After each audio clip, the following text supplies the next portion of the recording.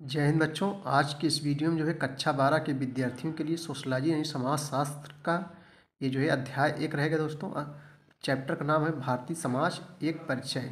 खंड का भारतीय समाज इकाई 1 और अध्याय 1 रहेगा। इससे संबंधित बच्चों जितने भी महत्वपूर्ण प्रश्न हैं सबके विषय में हम लोग चर्चाएँ करेंगे।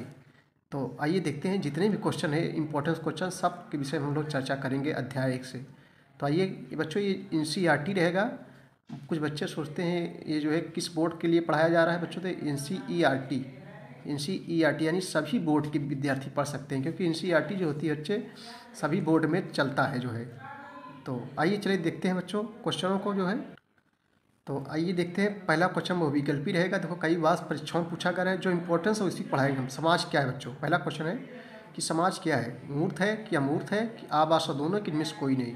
तो बच्चों यहाँ सही जवाब सा हो जाएगा दोनों है। मूर्त और अमूर्त समाज दोनों है, अमूर्त भी है अमूर्त भी है। अगला क्वेश्चन है कि निम्नलिखित में से कौन सा राष्ट्रीय एकीकरण के लिए उत्तरदायी है, संप्रदायवाद, क्षेत्रवाद, राष्ट्रवाद, जातिवाद। तो यहाँ सही जवाब हो जाएगा सा हो जाएगा राष्ट्रवाद। कह रहा है निम्नलिखित में कौन सा राष्ट्रीय एकीकरण के लिए उत्तरदायी है, तो बच्चों राष्ट्रवाद है। देखो पूछा गया है ये भी। सोशोलॉजी शब्द की उत्पत्ति किन किन भाषाओं से हुई है, तो लैटिन और ग्रीक। सोशलॉजी यानी समाजशास्त्र, सोशलॉजी शब्द की उत्पत्ति जो है किन किन भाषाओं से हुई है, तो बच्चों लैटिन और ग्रीक भाषाओं से हुई है। धर्म का सामाजिक सिद्धांत किसने प्रस्तुत किया है, देखो कई बार परीक्षाओं में पूछा जा रहा है। तो यहाँ हो जाएगा बच्चों सा हो जाएगा दुर्खीम। यही धर्म का सामाजिक सिद्धांत किसने किया है, प्रस्तुत किया है, दुर्खीम ने प्रस्तुत किया है। निम्न में से कौन एक समुदाय नहीं है, कौन एक समुदाय नहीं है, हिंदू, मुस्लिम, जनजाति, भीड़। तो यहाँ बच्चों जो है भीड़, क्योंकि हिंदू मुस्लिम जनजाति एक प्रकार से एक समुदाय है, लेकिन भीड़ ये समुदाय के अंतर्गत नहीं आता है। अगला क्वेश्चन है कि द एवोल्यूशन ऑफ कल्चर, ये जो है निम्न में से किसकी कृति है, तो ये जो है लेस्ली हाइट की कृति है। सही जवाब आ हो जाएगा। अगला क्वेश्चन हम लोग देखेंगे। अब बच्चों हम लोग अतिलघुत्री प्रश्न देखेंगे जो इम्पोर्टेंस रहेगा अतिलघुत्री प्रश्न। तो पहला क्वेश्चन है स्ववाचन, स्ववाचन किसे कहते हैं। पहला क्वेश्चन है स्ववाचन किसे कहते हैं, तो इसका मतलब उत्तर देंगे गहनतापूर्वक स्वयं का आत्मनिरीक्षण करने की योग्यता को जो है स्ववाचन कहते हैं। अगला क्वेश्चन बच्चों समुदाय से क्या आशय है, समुदाय से आप क्या समझते हैं। देखो कई बार परीक्षाओं में पूछा गया है कि समुदाय से आप क्या समझते हैं, समुदाय से क्या आशय है। आइए इसका हम लोग उत्तर देखेंगे जो है समुदाय की परिभाषा देखेंगे, जब कभी किसी छोटे बड़े समूह के सदस्य इस प्रकार साथ साथ रहते हैं कि उनका साथ रहना किसी विशेष प्रयोजन या स्वार्थ से न रहकर सामान्य जीवन के कारण होता है, तो ऐसे समूह को बच्चों हम जो है क्या कहते हैं, समुदाय कहते हैं। अगला क्वेश्चन है कि आरोपित पहचान क्या है, तो निपुणता एवं योग्यता से इतर बच्चों मिस होता है भिन्न, भिन्न या दूसरा। निपुणता एवं योग्यता से इतर किसी भिन्न व्यक्ति की जन्म तथा संबंधों के आधार पर पहचान को आरोपित पहचान कहते हैं। अगला क्वेश्चन देखेंगे हम लोग जो है। देखो ये क्वेश्चन पूछा गया है, कई बार परीक्षाओं में पूछा है, एकीकरण क्या है बच्चों, एकीकरण क्या है।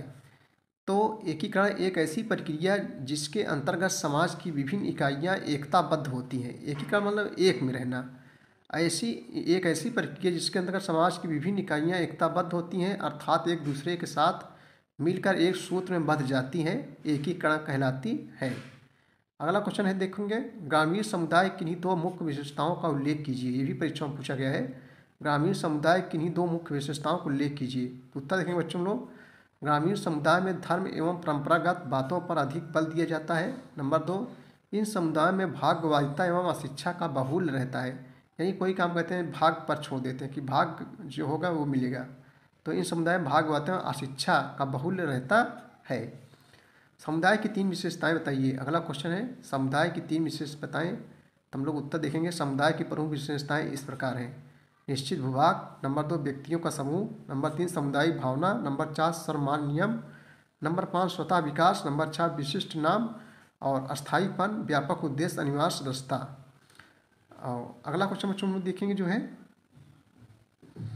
नेक्स्ट क्वेश्चन देखेंगे हम लोग लघुत्तरी प्रश्न हम लोग देखेंगे जो बहुत इंपॉर्टेंस कई बार परीक्षाओं में पूछा गया है बच्चों। ये लघुत्तरी प्रश्न है। लघुत्तरी प्रश्न आप समझ में 5 नंबर का मिलेगा।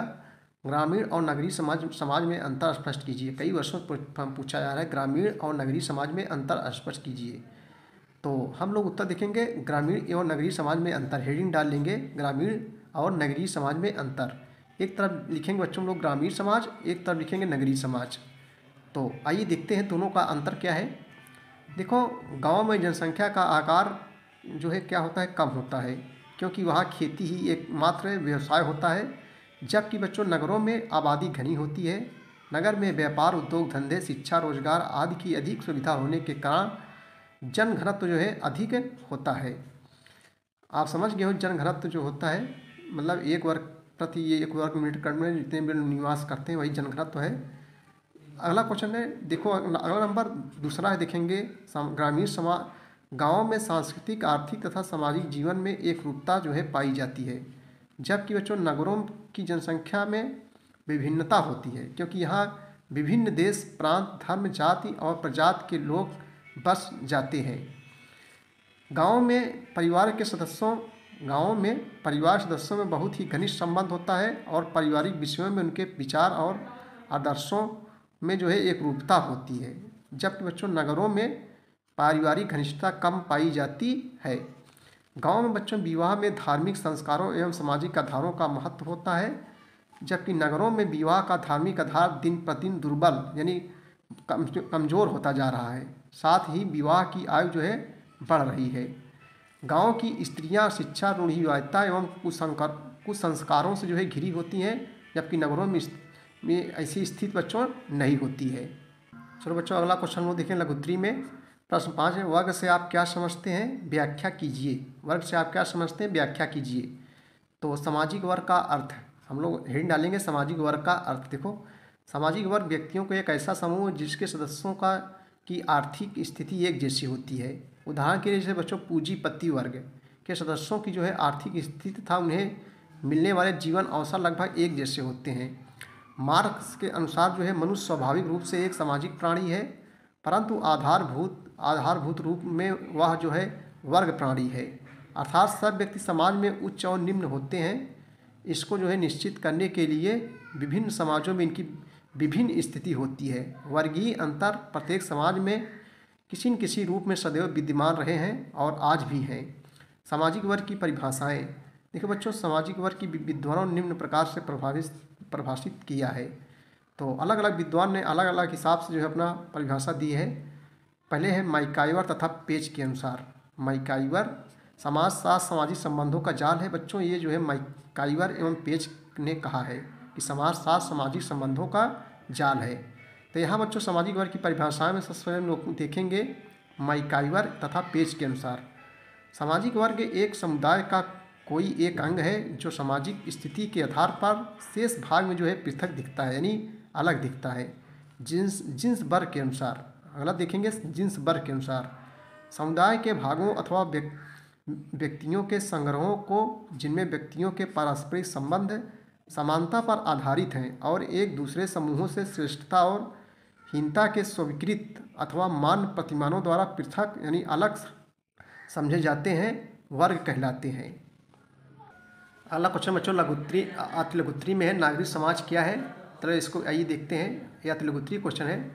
देखो, समाज का वह क्षेत्र जो परिवार से परे हो पर राज्य या बाजार का हिस्सा न हो, उन स्वैच्छिक संस्थाओं एवं संगठनों का क्षेत्र जो सांस्कृतिक, सामाजिक, धार्मिक अथवा अन्य गैर व्यावसायिक और गैर राजकीय सामूहिक कार्यों के लिए बनाई गई है, नागरिक समाज कहलाता है।